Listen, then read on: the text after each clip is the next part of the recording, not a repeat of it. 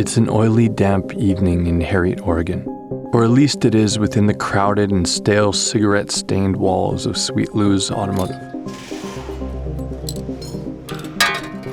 Hey, Daithí. Got some metal strapping back there. Why don't you fetch it for me? Sure, you got it, Lou. I don't want nothing too rusty, all right? Daithí makes his way through the cluttered back room, passing stacks of old car magazines and assorted parts of untold age, until finally the cool and lightly rain-spotted air hits his face. In front of him were piles of tires in what he always thought of as a mechanical graveyard. A thought he knew Lou would be appalled by. What a mess. Daithí had become familiar with the heaps of junk around Sweet Lou's and made his way to where he'd last seen the strapping Lou needed. It should be here somewhere. He grabbed what he needed and turned to escape the light but constant rain when something caught his eye. Wait a minute. Half obscured by tall grass and leaning against a rust-stained wall was the worn yet sturdy body of a motorcycle. No way! A CP660! Let me get a good look at you. Finally freed of vegetation, the frame showed itself to be clear of any fatal damage. In fact, it happened to be in remarkable shape for its age. Its unique U-shaped frame was unmistakable. This is a CP, alright. What a dream bike. I can already see this thing coming together. I wonder... hey Lou? Hey, give me that strapping and that hacksaw right there. Sure, hey, when I was back there, I saw an old bike. Yeah, that old CP, I think. Yeah, it kinda looked like a 660. Hey, that's a good eye, kid. It sure is. Look, I don't have much cash, but well, you know I live far away, and I've been thinking that I'm definitely gonna need some wheels. You must have missed the pedal bikes back under the cherry tree back there. Sort through that pile and piece went together real quick then. Long as I ain't jealous of what you make, I figure you can have it for free. I'm serious, Lou. I'll work it off. Without pay, even. All right. Now you're talking my language. Deal. 3 months, but the usual shifts. But if you start half-assing it around here, I'm on time. I hope you know that. 3? Come on, Lou. That's robbery. It's just rotten back there. All right. 2. Because I like you, but that hurt my feelings a bit. Deal. 2 months. All right, but some ground rules. You can only work here, but only, and I mean only, when your work everywhere else is done. I catch you wasting my time on this. The deal is off. Thanks, Lou. I promise I won't let you down. Huh.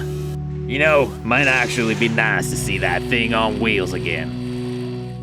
Throughout the year, Daithí's spare moments were spent gathering parts, assembling and modifying his motorcycle. It wasn't long before the frame gained life and he found himself cruising the nearby logging roads and fields.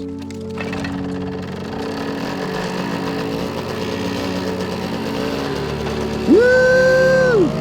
Yeah! The bike was beginning to take shape. He bounced along on a seat made of half a skateboard, and the angular frame now glided on robust and slightly mismatched tires. Not bad. I think I'll call you Lucille. Daithí continued to distract himself from life at home by working on Lucille. He grew protective and wasn't willing to let just anyone near it. There was one exception, however. Boo! Ooh, creepy. I'm Frankenstein. Frankenstein's monster. What? Never mind. Are you a vampire? Dracula, I want to suck your blood. Even more than this, Daithí loved his little brother, Liam. Trick or treat! Their sister had passed 2 years earlier, before their family packed up and moved to Harriet, halfway across the world. All right, Liam. I think it's time we start heading back now. Aw, okay. Their family couldn't handle the loss and quickly changed. Their father becoming violent and their mother lived as if only a shell remained. Hey, Daithí! Stop! Stop, Daithí! Liam gestures ahead towards the end of the road. In front of them, only a few houses away, the world seemed to end. I'm scared. Don't worry, Liam. We don't have to go in there. Plus, there's nothing to be scared of. Dracula will protect you, remember? At the end of the street was usually the vast open sky and tall grass of the grazing fields many kids referred to as the graveyard. Tonight, a dark fog obscured all but the barbed wire fence that seemed to protect them. I actually need to, Daithí. What are you talking about? It's Ava's bowl. What do you mean? I thought you left it at home. Dean! He kicked him in the graveyard.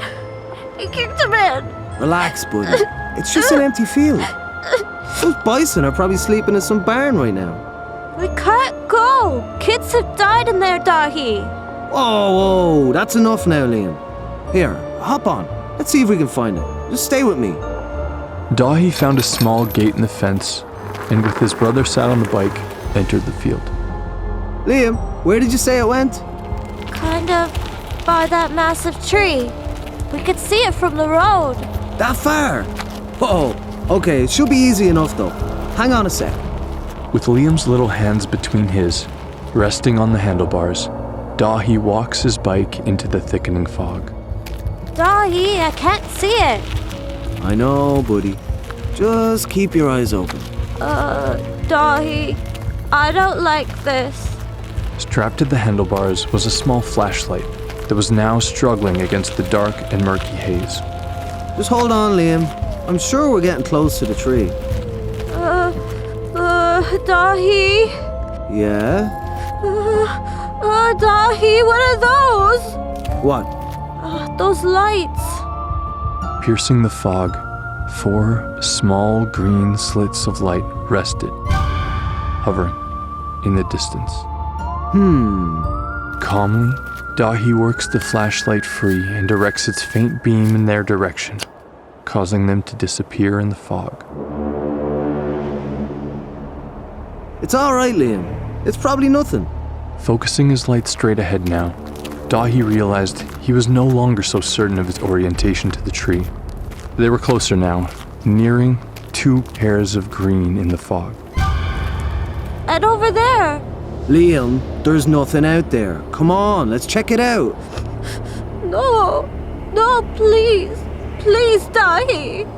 Walking slowly now, Daithí guides his bike and worried brother closer. Step after step, when the fog cleared just enough to make out the hulking silhouettes behind the eyes. Let's go. Oh, way ahead of you.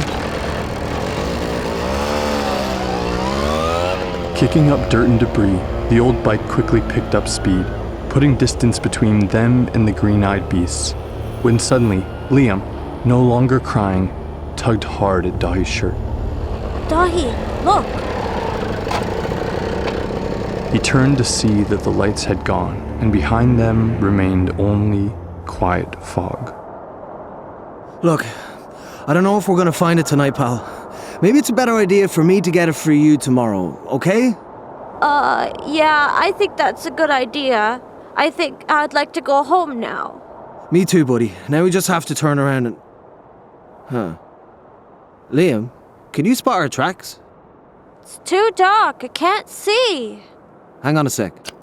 Daithí began to frantically illuminate the ground with his flashlight. I don't get it. Where's the tracks? Daithí! His muscles stiffening in his brother's voice, Daithí turns to see what caught his brother's attention. Another one! Directly opposite the first, yet another set of eyes. Daithí nearly froze. Another one! And another one! Hold on, alright? And another one over there! They picked up speed, counting on the few feet of light to lead them to safety. Go, Daithí! Faster! Faster, Daithí! the long grass now passing underfoot faster and faster, wind pulling at the faces of the boys, when suddenly, There! The ball! appearing and quickly disappearing from view, the large oak passed instantly. Then, a moment later, Ava's ball! suddenly quiet, Daithí slows the bike and circles back, watching diligently. That's so strange. Keep watching for me, Liam, alright? As he turns to face the direction of their pursuers, the faint beam of light finds its mark. There! Liam, get back here! Quickly overcome by excitement, Liam leaps from his bike to grab the soccer ball. I got it! Get back here now! Nervously scanning the fog, something catches Daithí's eye near where his brother just retrieved the ball. Oh, yeah, I knew we could find it. Yeah. Good job, buddy, come on. Ensuring that his brother was once again secure on the bike, he made his way over and began to prod at the strange stone at his foot. Ava would have been so mad at me. Yeah, she sure could have a temper, alright. The stone was smooth for the most part, though it seemed to have a strange pattern of fractal crystallization on the side now covered with earth. With his foot, Daithí managed to turn the strange stone. What is it, Daithí? Let's go home, Liam. Daithí quickly turned the handlebars, now facing his best approximation of home and casting shadow once again on his gruesome discovery. He knew what he'd seen was unmistakable. Under the old oak in the graveyard was the deformed skull of a child. Daithí, we have to go now! Surrounding them on all sides, spread as far as they could see, green eyes stared through the fog. Fleeing now as fast as Lucille would take them, the fog parted quickly. Too quickly for them to slow their sudden and abrupt meeting with the barbed wire fence that lined the field. Are you alright back there, Liam?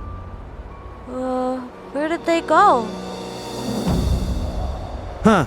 Yeah, weird. You're not hurt though, are you? I'm fine, but you ripped your jacket. Damn it. Whatever. Here, climb through when I pull this down.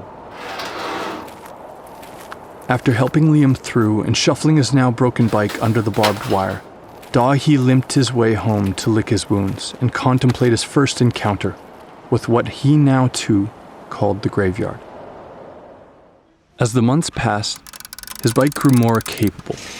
The rigid skateboard that once sat atop the distinct U-shaped frame was now replaced with a seat more suitable for rugged rides.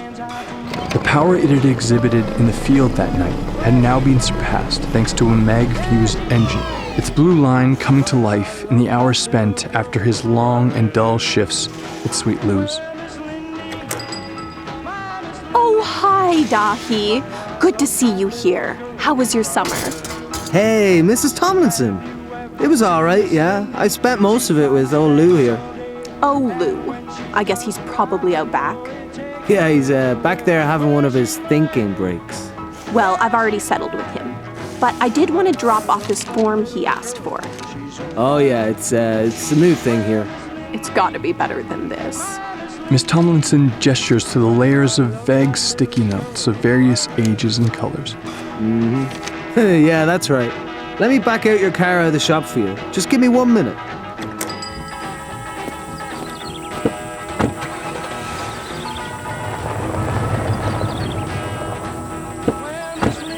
Forgive me, Daithí. This is my partner, Harriet.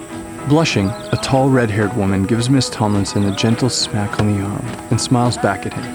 Hi, it's very nice to meet you. Oh, hey. Nice to meet you. Are you two heading into town for the day? No, we're actually taking a little trip into the mountains. We're in fact, we should get going. We have to load this thing up. Happy to lend a hand. Thanks, Daithí. We'll be just fine. You enjoy the last bit of summer, and I'll see you soon. Oh, and tell Lou, smoking kills. All right, Mrs. Tomlinson. Have a good trip now.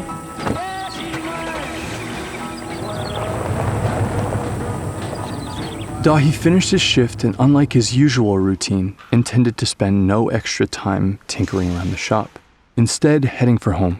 See you later, Lou. As Daithí approaches his home, he's greeted by the sounds of shouting and then the crash of breaking glass. Ditching his bike and walking up the front steps, he's confronted by a lawn covered in the remains of their upstairs window, sprinkled around an array of his and Liam's belongings. Daithí, can we please go? Yeah, buddy. Just wait down here for me for a sec, will you please?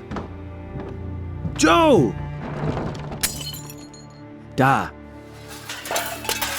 What do you want? What are you doing? What does it look like? This place is always a shithole. Might as well treat it like a fucking shithole. Just give me the bottle, Da, will you? You don't need any of this shit. Oh, why don't you throw your own stuff out the window? Break whatever you want, but leave Liam's stuff alone. Jesus. Little fucking shit. You do whatever you want, don't you? Ungrateful, really. You really have no clue, Joe, you know that?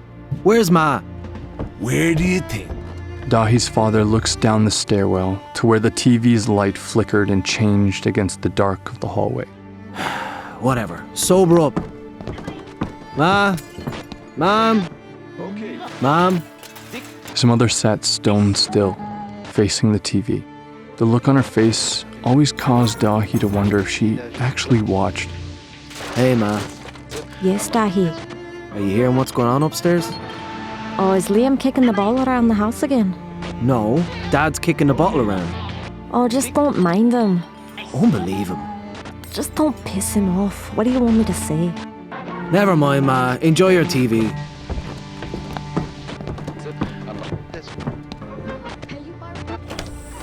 Come on, buddy.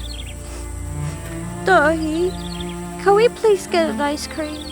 Sure, buddy, but I have enough for both of us. where did you get... Never mind. Hop on, Liam. I'll take us in.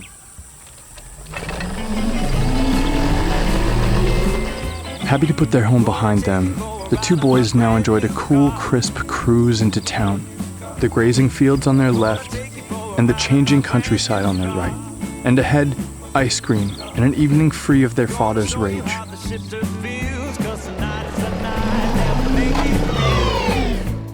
The town was bustling, with kids of all ages enjoying their last nights of summer. Liam was delighting in his ice cream bar as Daithí tried desperately to clean up the mess now dripping down his brother's face and arms. That's when the commotion started. On the other side of the gas station, the boys could hear the sounds of someone calling for help, followed by the rise of sirens and people scrambling. What's happening, Daithí? I don't know, buddy, but we should probably get going, you know? It's getting late. Wow, it must be something serious.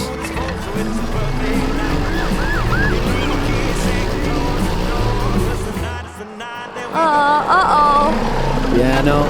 See, that's a roadblock. No way we're getting out of here anytime soon, Liam. Dad really won't be happy. I do have an idea, but you're gonna have to be brave, okay, buddy? What do you mean? We have to cross the field again. No, Daithí, I'm scared. I really don't want to again. We made it last time, and now we're a lot faster. And look at these big lights. Trust me, Liam, it'll be grand. Okay, fine, but we have to hurry. The boys found their way to an opening in the fence and began the speedy journey through what they now both called the graveyard. Coming into view were the three large venting towers that stood tall at the south end of the vast fields. Usually a dark silhouette, it seemed to Daithí that at the mouth of the third tower, he could see a faint green light.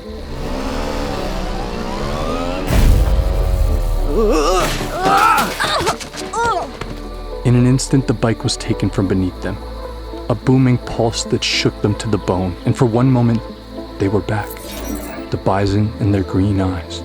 Shit. Are you okay, Liam? Did you see that thing? They both saw them, a field full of green-eyed bison, spread as they were that night, flashing in and out of existence. There was one right there, all right. No, stay here. No hoof prints? There's no sign of anything at all.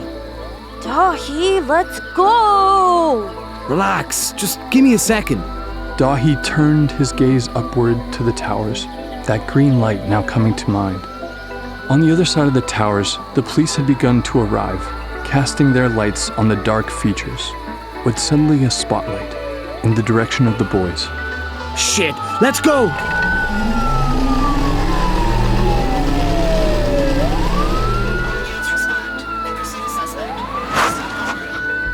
The few days between that siren-filled night and the beginning of the school year were tense, and Daithí appreciated the coming change of routine.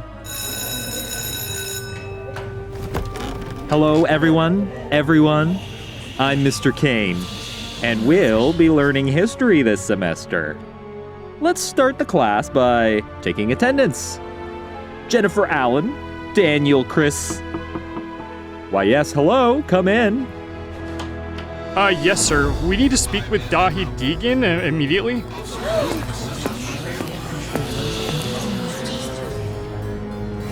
Here, take it easy, buddy. Go a bit easier.